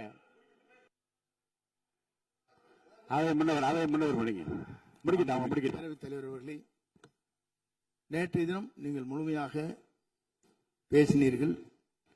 உங்கள் பேச்சுக்கள் எப்படி இருந்தது என்பதும் நாடறியும். இருந்தாலும் கூட நாங்கள் அமைதியாக இருந்தோம். இல்ல நீங்க இருங்க. ஒவ்வொரு வார்த்தைக்கு இருங்க. நீங்க மின்வெட்டையில நீங்க சொன்னீங்க. உங்களுடைய முன்னாள் அமைச்சர் ஆற்காடு வீராசாமி இருக்கிற போது மின்வெட்டால் தான் நாங்கள் ஆட்சியே மாறியது என்றெல்லாம் சொன்ன கதையெல்லாம் இருக்கு. அதெல்லாம் சொன்னோம். நாங்களே அமைதியா இருந்தோம். அதுக்கு அங்கே தயவு செய்து எதிர்க்கட்சி தலைவருக்கு வாய்ப்பளிக்கிறார்கள். அந்த வாய்ப்பை நீங்கள் அவர் முதலமைச்சர் பேசியதற்கு பிறகு பேசினால் அழகாக இருக்கும். அதை முன்ன பள்ளி கல்வித்துறை அமைச்சர் மாண்புமிகு பேரவைத் தலைவர் அவர்களே, அவர் ஒரே ஒரு வார்த்தையை தான் சொன்னார். பார்ட்டி ஃபண்ட் என்ற வார்த்தையை கேட்டு எதிர்க்கட்சி நண்பர்கள் கோபப்படுகிறார்கள். ஆனால் அதன் மீது உங்களுக்கு பாயிண்ட் ஆஃப் ஆர்டர் தருவதாகவும் நீங்கள் சட்டப்பேரவைத் தலைவர் சொல்கிறீர்கள். நேற்றைய தினம் இதே போல வெற்றி தலைவர் அவர்களினுடைய வழிகாட்டில் வளர்ந்த நாங்கள் சகிப்புத்தன்மையோடு அவர்கள் பல வார்த்தைகள் சொன்னார்கள். புதிதாக சோஃபா மாடல் என்றார்கள், குதிரை பேரம் என்றார்கள், எத்தனையோ வார்த்தைகள் சொன்ன போது சகிப்புத்தன்மையோடு அதை கேட்டு பொறுமையாக இருந்தோம். இவர்கள் குதிரை பேரம் எல்லாம் அவைக்குள் நீக்கப்பட்டு விட்டது. சரி, சோஃபா மாடல் என்று சொன்னார்கள். ஆதாரம் கேட்டு இப்படி எழுந்து நாங்கள் கொந்தளிக்காமல் ஒரு சட்டமன்றத்தில் ஒரு உறுப்பினர் எப்படி நடந்து கொள்ள வேண்டும் என்பதற்கு எடுத்துக்காட்டாக தமிழக வெற்றி கழகத்தின் உறுப்பினர்கள் நடந்து கொண்டார்கள். இப்போது மதிப்பிற்குரிய எதிர்க்கட்சி தலைவர் அவர்களே, உங்களூடாக நான் கேட்பது என்னவென்றால், அவர்களினுடைய கட்சி உறுப்பினர்களை அவர் அமைதிப்படுத்தி முதல்வர் அவர்கள் உரையை முழுமையாக கேட்டு சகிப்புத்தன்மைக்கு சட்டமன்றத்தில் இந்த பக்கம் மட்டுமல்ல அந்த பக்கமும் எடுத்துக்காட்டாக இருப்பதற்கு அவர் வழிவகை செய்ய வேண்டும் என்று உங்கள் மூலமாக கேட்டுக்கொள்கிறேன். பொதுப்பணித்துறை அமைச்சர்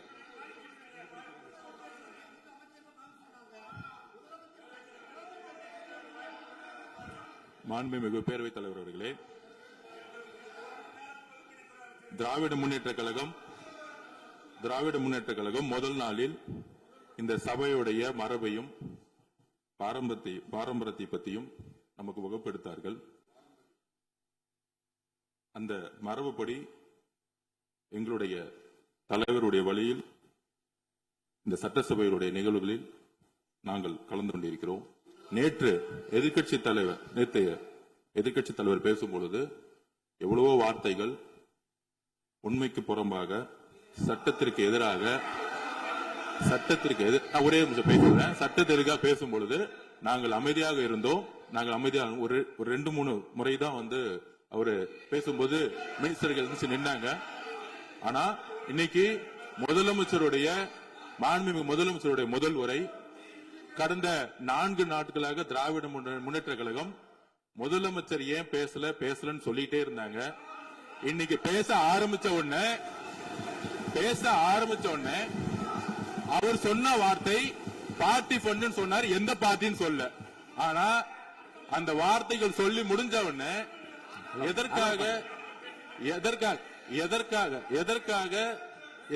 முதலமைச்சருடைய பேச்சை இவங்க குறுக்கிறாங்கன்னு தெரியல. நீங்கள் சொன்னதுபடி முதலமைச்சர் பேச வேண்டும். பேசிய பின்பு கருத்துகளுக்கு பதிலளிக்க அவர்கள் பதிலளிக்க நாங்களும் பதிலளிக்க தயாராக இருக்கிறது பதிவு பண்றோம். மாண்பு முதலமைச்சர் அவர்கள்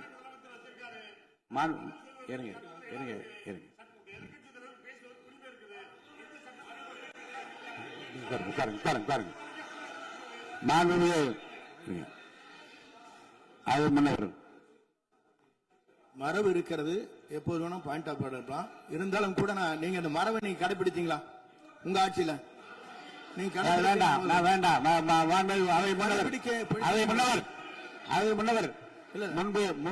முன்பு எப்படி நடந்தால் என்பதை பற்றியோ முன்பு நடந்த நிகழ்வுகள் பற்றியோ நீங்கள் சொல்லி மீண்டும் மீண்டும் இந்த அவையினுடைய மாண்பை குறைக்க வேண்டாம் என்று நான் கேட்டுக்கொள்ள வேண்டாம்.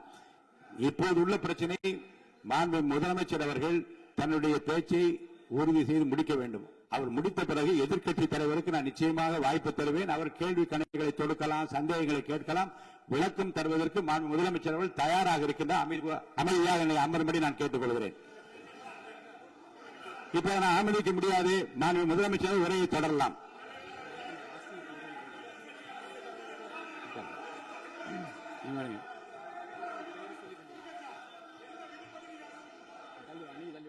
மாண்புமிகு உறுப்பினர் ஆஸ்தின் உங்க இடத்துல போய் உட்காருங்க.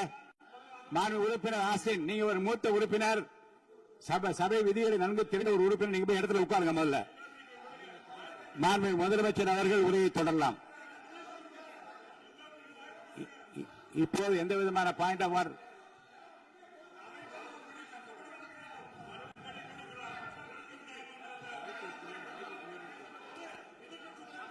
நான் வாய்ப்பு இல்லை என்று சொன்னால் நீ எழுந்து நிற்பதிலே நியாயம் இருக்கிறது. உட்காருங்க. வாய்ப்பு உறுதியாக எதிர்க்கட்சி தலைவருக்கு பாயிண்ட் ஆஃப் ஆர்டர் மட்டுமல்ல, உட்கார்ந்து அவர் பேசிய பேச்சுக்களை என்னென்ன இருங்க என்ன உங்களுக்கு சந்தேகம் இருக்கிறதோ, வினாக்கள் இருக்கிறதோ அதை நீங்க கேட்கலாம். அவர் பதில் சொல்வதற்கு தயாராக இருக்கிறார். பேசி முடிக்கின்ற வரை அமைதி காக்கும்படி உங்களை நான் கேட்டுக்கொள்கிறேன். மாண்புமிகு எதிர்க்கட்சி தலைவர் முழு ஒத்துழைப்பை நீங்கள் தர வேண்டும் என்று நான் எதிர்பார்க்கிறேன்.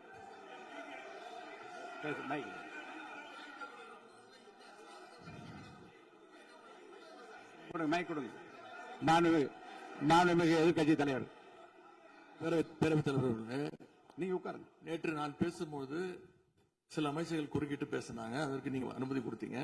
அதே மாதிரி இன்னைக்கு முதலமைச்சர் பேசும்போது சில வார்த்தைகள், தவறான வார்த்தைகள் பேசுறாரு. அவர் பார்ட்டி ஃபண்ட் அப்படின்னு சொல்லியிருக்கிறாரு.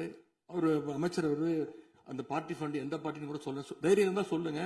நாங்க அதெல்லாம் ஃபேஸ் பண்ண தயாரா இருக்கோம். எதையும் ஆதாரத்தோடு எதையும் பேசுங்க. நீங்க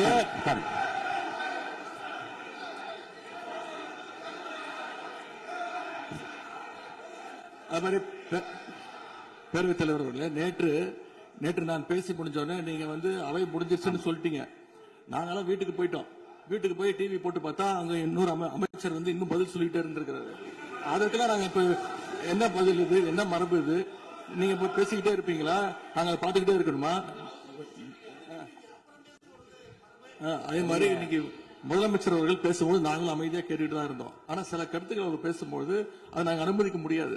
ஆதாரத்தோடு ஏதாவது பேசணும்னா, குற்றச்சாட்டுகள் சொல்லும்போது ஆதாரத்தோடு சொன்னீங்கன்னா அதை நாங்க வந்து ப்ரூவ் பண்றதுக்கு தயாராக இருக்கு. மாண்புமிகு உறுப்பினர் அவர்கள் இருங்க. நேற்று மாண்புமிகு எதிர்க்கட்சி தலைவர்கள் பேசியதும் மாண்புமிகு பொதுப்பணித்தலைவர்கள் பேசியதும் ஆதாரம் இல்லாமல் பேசக்கூடாது என்று நான் சொன்னேன். ஆய்வு செய்து நீக்கப்பட வேண்டியது நீக்கும் என்று சொன்னேன். இப்போது மாண்புமிகு முதல்வர் அவர்கள் பேசி முடிக்கட்டும். நீங்கள் கூறிய கருத்துப்படி அதில் ஆதாரங்கள் இல்லாத குறிப்பாக இருந்தால் அதை நீக்குவதற்குரிய உரிமை எனக்கு இருக்கிறது. ஆய்வு செய்து நான் நடவடிக்கை எடுப்பேன். இப்போது மாண்புமிகு முதலமைச்சர் அவர்கள் பேசலாம். இந்த டாஸ்மாக் மாதிரியே பல டிபார்ட்மெண்ட்லயும் மறுபடியும் சொல்றேன், கட்சி நிதின்ற பேர்ல அடிச்ச கொள்ளைய ஒண்ணு ஒன்னா கவர்மெண்டோட கஜானாக்குள்ளேயே கொண்டு சேர்த்துக்கிட்டே இருக்கிறாங்க. இப்பவும் சொல்றேன், மக்கள் பணத்துல இருந்து ஒரு பைசா கூட தொடமாட்டோம், தொடவும் விடமாட்டோம், தொட்டா விடமாட்டோம், இதுக்கு முன்னாடி தொட்டவங்களையும் விடமாட்டோம்.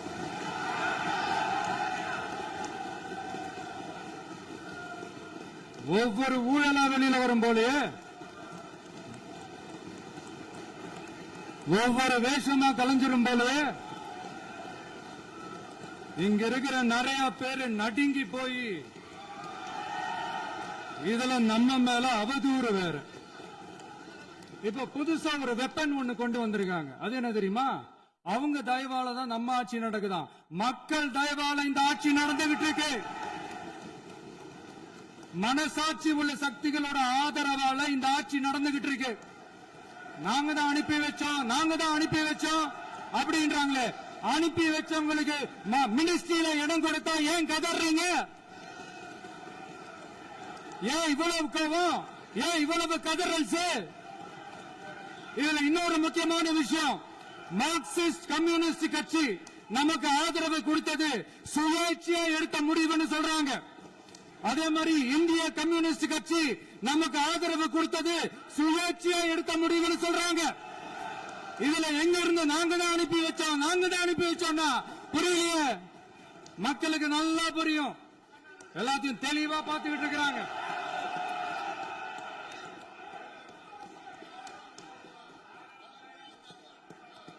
முதலமைச்சர் கண்டினியூ பண்ணலாம். மாண்பு முதலமைச்சர்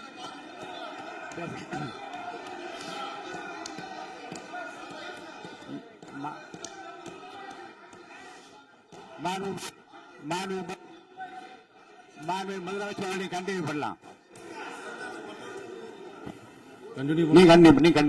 நீங்க கண்டினியூ பண்ணலாம்.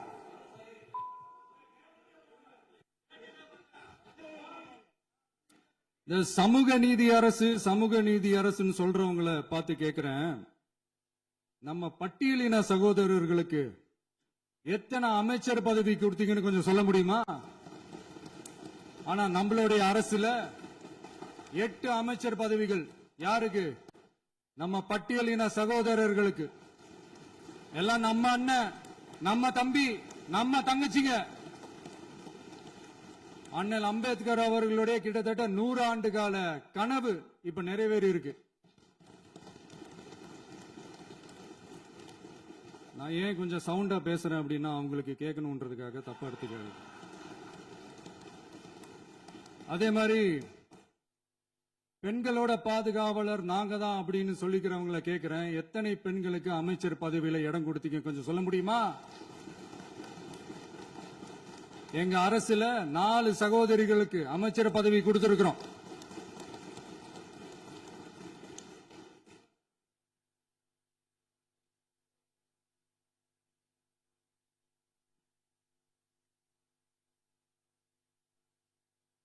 அதனால மக்களால் நிராகரிக்கப்பட்டு மக்களால் அகற்றப்பட்டவங்களுக்கு ஒண்ணு சொல்லிக்கிறோம், தப்பே செய்ய மாட்டோம், ஊழலே செய்ய மாட்டோம், நேர்மையா தான் இருப்போம், நியாயமா தான் இருப்போம் அப்படின்னு சொல்றவங்களால மட்டும்தான் கூட்டணி ஆட்சி அமைக்க முன்வரும். ஆட்சியிலையும் பங்கு, அதிகாரத்திலையும் பங்கு கொடுக்க முன்வரும். ஊழல்லையே ஊறி போனவங்களால இந்த கூட்டணி ஆட்சியோ ஆட்சியிலையும் பங்கு அதிகாரத்திலையும் பங்கு கொடுக்க முன்வராது. மெஜாரிட்டி இருந்தாலும் தரமாட்டாங்க, மெஜாரிட்டி இல்லைனாலும் தரமாட்டாங்க. கேட்டா ரெடிமேடா ஒரு பதில் ஒண்ணு வச்சிருப்பாங்க, கூட்டணி ஆட்சியை மக்கள் விரும்ப மாட்டாங்கன்னு. அதே மக்கள் தான் இப்ப அவங்கள பார்த்து சிரிக்கிறாங்க. நான் பதவியேற்ற அன்னைக்கு கொஞ்சம் டைம் அவகாசம் கேட்டேன். எதுக்கு கேட்டேன்? நிதி நிலைமைலாம் கொஞ்சம் மோசமா இருக்குது, அதெல்லாம் கொஞ்சம் சரி செஞ்சுக்கிட்டு படிப்படியா கொஞ்சம் கொஞ்சமா நான் கொடுத்த வாக்குறுதிகள்லாம் செயல்படுத்துவேன், அதுக்காக கொஞ்சம் டைம் அவகாசம் கேட்டேன்.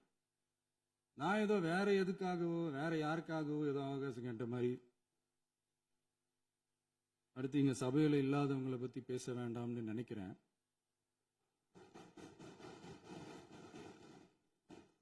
இங்க நம்மளை பத்தி அவதூறு பரப்புறதோட மட்டும் இல்லாம இப்ப நம்ம மக்கள் மேலேயும் அவதூறு பரப்ப ஆரம்பிச்சிட்டாங்க. மக்கள் நமக்கு ஓட்டு போட்டது தப்பான், குடும்பம் குடும்பமா நமக்கு ஆதரிச்சது தப்பான். இது இப்ப இல்ல, நான் சொல்றது எம்ஜிஆர் அவர்கள் காலத்திலிருந்தே. அப்பவே அவர் ஜெயிச்சப்போ அதே மக்களை தப்பு தப்பா பேசுறது. மக்கள் என்ன பண்ணிட்டாங்க, எம்ஜிஆர் என்ன பண்ணிட்டாரு, எம்ஜிஆர் என்ன இது பண்ணிட்டாரு.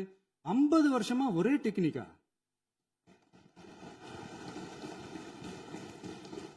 டெக்னாலஜி எல்லாம் மாறி வேற எங்கேயோ போயிட்டு இருக்கு பஸ்.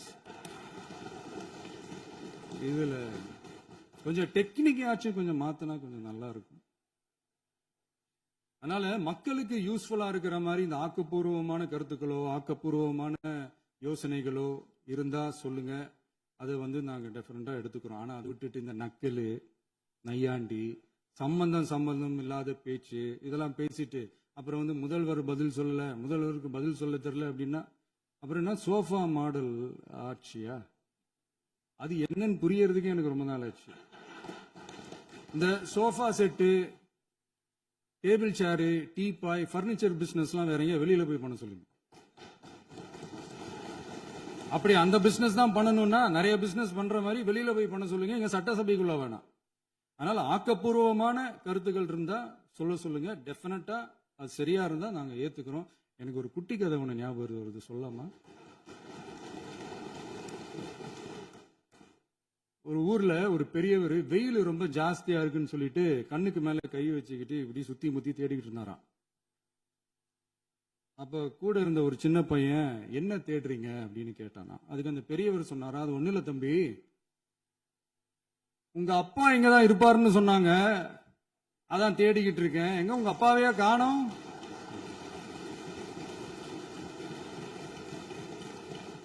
இல்லங்க, எங்களுக்கும் நக்கலா நையாண்டியா சம்பந்தம் இல்லாத குட்டி கதை இதெல்லாம் எங்களுக்கும் பேச தெரியும். அந்த கதையில பெரியவர் அப்படி சொன்னாராம், தப்பா எடுத்துக்காதீங்க. அந்த கதையில பெரியவர் அப்படி கேட்டாராம். அதனால யாரும் இங்க டென்ஷன் ஆக வேணாம். அதனால இன்னொரு இந்த என்னுடைய உரையை முடிக்கிறதுக்கு முன்னாடி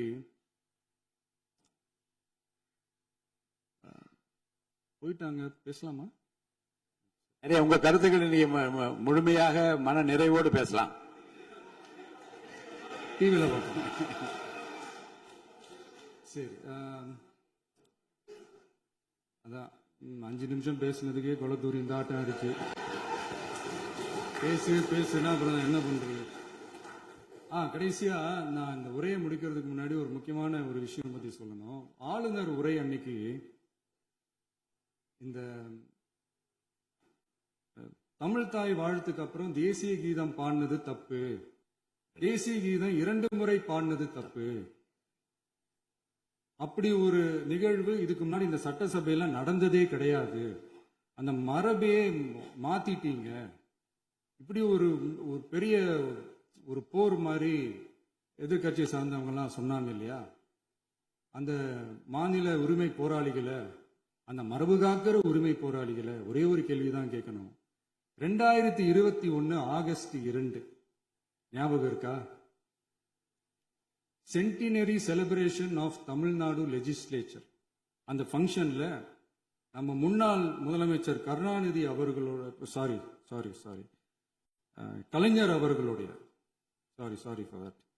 கலைஞர் அவர்களுடைய புகைப்படத்தை மாண்புமிகு குடியரசுத் தலைவர் திறந்து வைக்கிற ஒரு ஃபங்க்ஷன். அந்த ஃபங்க்ஷன்ல national anthem followed by Tamil Thai Vazhthu அப்படின்னு அறிவிச்சது ஞாபகம் இருக்கா?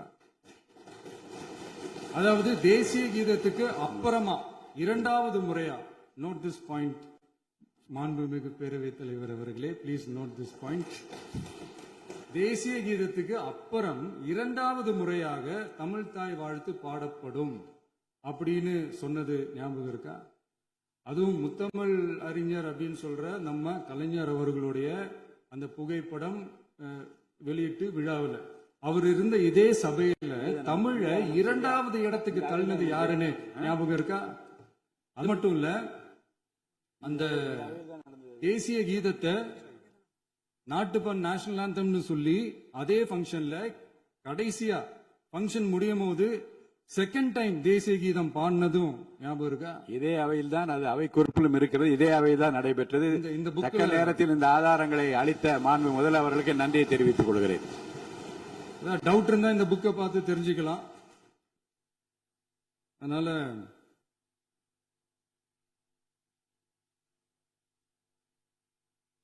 இதெல்லாம் கேட்டா என்ன சொல்லுவாங்கன்னா, அது ஜனாதிபதி கலந்துகிட்ட ஃபங்க்ஷன், அதெல்லாம் அப்படிதான், அதெல்லாம் கண்டுக்க கூடாது அப்படின்னு சொல்லுவாங்க. இதே மாதிரிதான் பேசுறது ஒண்ணு, செய்யறது ஒண்ணு, செய்யறது ஒண்ணு, பேசுறது ஒண்ணு. இதெல்லாம் மக்கள் பார்த்துக்கிட்டு இருக்காங்க. எலெக்ஷனுக்கு முன்னாடி தான் அப்படி செஞ்சுக்கிட்டு இருந்தாங்க. இப்போ எலெக்ஷனுக்கு அப்புறம் அதே தான் செய்யறாங்க. இந்த விஜயையும் சாமானியர்களின் உண்மையான சமூக நீதி அரசையும் அவமானப்படுத்துறதுக்கு தான் அவங்களோட அந்த பொலிட்டிக்கல் சீனியாரிட்டி அது பயன்படுத்துது போல.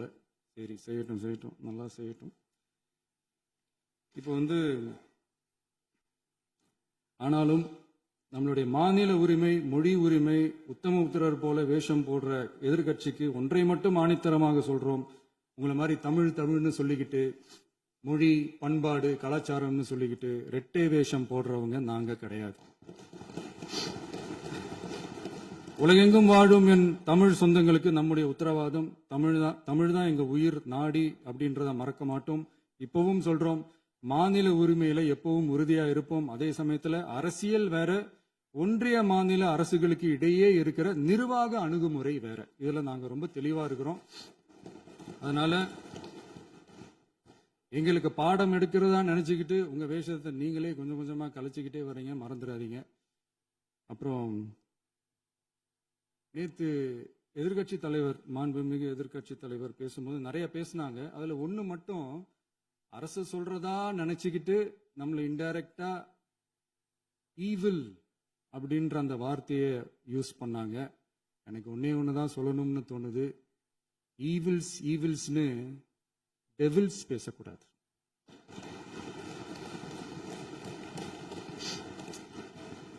அவங்க இருந்திருந்தா ஒரு ஆக்ஷன் பண்ணணும்னு எனக்கு தோணுச்சு. எல்லாரும் போயிட்டாங்க. பர்மிஷன் பண்ணலாமா? இப்பவும் பண்ணலாம், ஒன்றும் தப்பு இல்லை.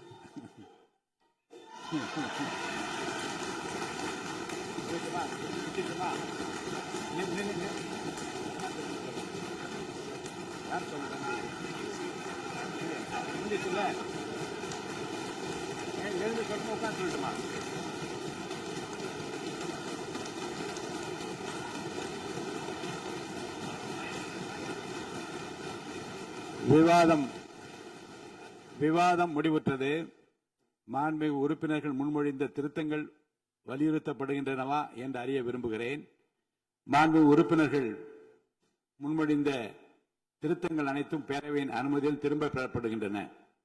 2026 ஆண்டு ஜூன் திங்கள் 18ஆம் நாளன்று சட்டமன்ற பேரவைக்கு மாண்புமிகு ஆளுநர் அவர்கள் ஓந்தளித்த பெருரைக்கு தமிழ்நாடு சட்டமன்ற பேரவை உறுப்பினர்கள் பெரிதும் நன்றி உடையவர்களாவர் என்று மாண்புமிகு பேரவை துணைத் தலைவர் திரு மு ரவிசங்கர் அவர்களால் 19/6/2026 நாளன்று முன்மொழியப்பட்ட தீர்மானம் பேரவையின் முடிவுக்கு விடப்படுகிறது.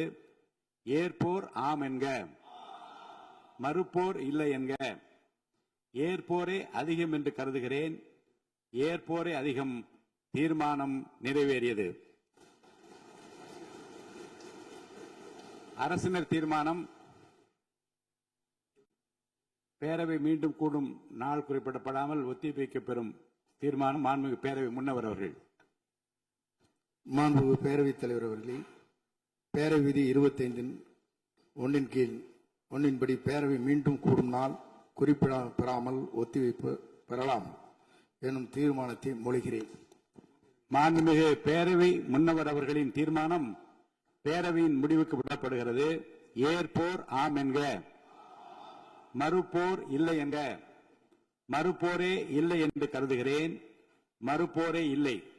தீர்மானம் ஒருமனதாக நிறைவேறியது. பேரவை மீண்டும் கூடும் நாள் குறிப்பிடப்பெறாமல் ஒத்திவைக்கப்படுகிறது. வணக்கம்.